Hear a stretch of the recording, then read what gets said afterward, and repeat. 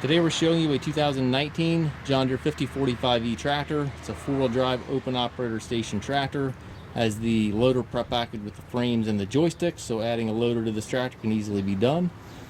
Tractor has approximately 100 hours on it. It's practically a new machine. It does come with the balance of the factory warranty. And again, the loader brackets and the joystick with the valve are all included. Tires look practically new.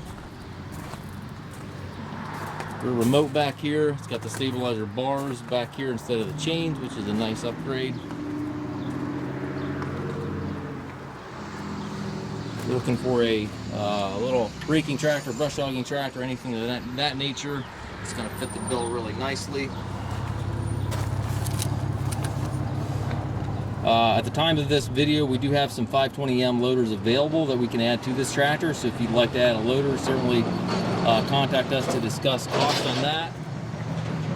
We do take trades. We also offer financing for qualified customers. We also can arrange shipping anywhere here within the U.S. If you have any questions regarding this tractor or any of our other used machines, please contact us at Mast Tractor.